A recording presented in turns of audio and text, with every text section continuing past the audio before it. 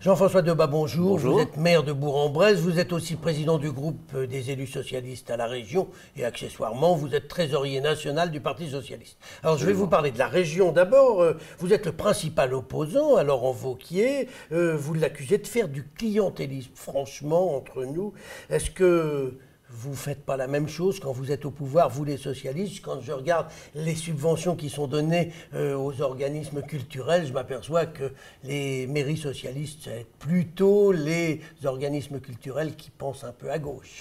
Le problème n'est pas vraiment là. Non, mais c'était ma question. Le problème n'est pas vraiment là. C'est que la région a une tradition, et d'ailleurs c'est normal dans une grande collectivité, d'équilibre des subventions et d'égalité de traitement. Moi je constate juste qu'en 2 ans, le Puy-en-Velay a eu 2 fois plus par habitant qu'Aurillac, par exemple, sur des projets très importants. Et que, par exemple, Laurent Wauquiez a quand même eu du mal à expliquer pourquoi, pour le Tour de France, alors qu'il y a 5 villes en Auvergne-Rhône-Alpes qui accueillaient le Tour de France, il y avait 150 000 € pour le Puy et 0 pour les autres.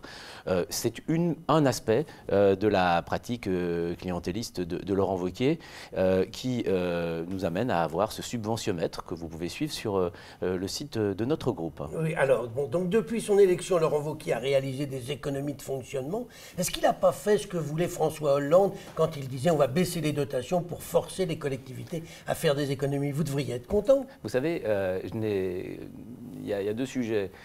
Quand on parle d'économie de fonctionnement, nos concitoyens voient les dépenses courantes de la région, l'éclairage, les voitures, les chauffeurs. Le problème, c'est que dans les 130 millions d'euros affichés par Laurent Wauquiez, ça représente quelques millions et très clairement, ça ne me pose pas de difficulté. Nous l'avions déjà fait, il a accentué, très bien.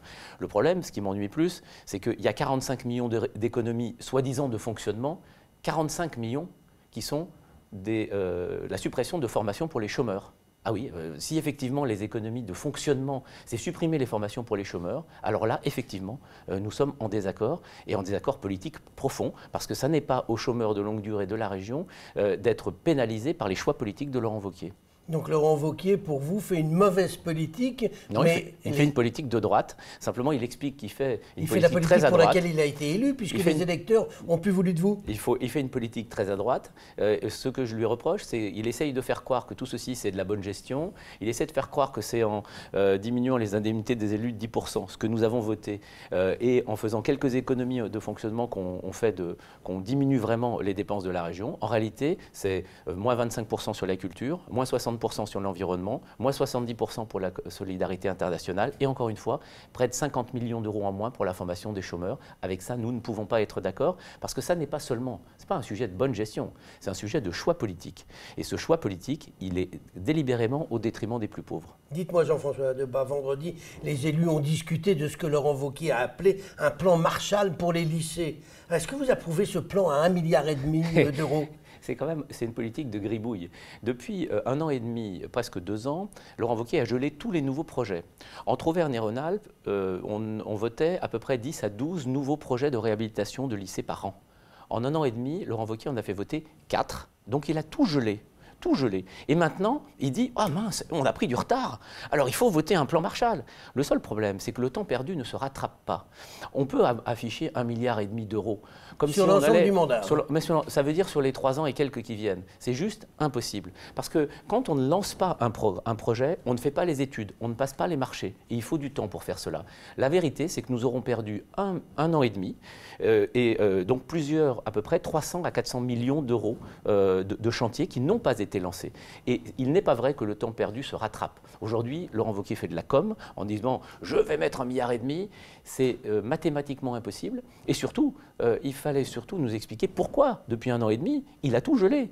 Il a tout gelé pour faire des économies. On a quand même dépensé un petit peu depuis 1 an et demi. Mais on a dépensé parce que sur les programmes qui avaient été votés antérieurement, pour réhabiliter un lycée, il faut entre 4 et 5 ans.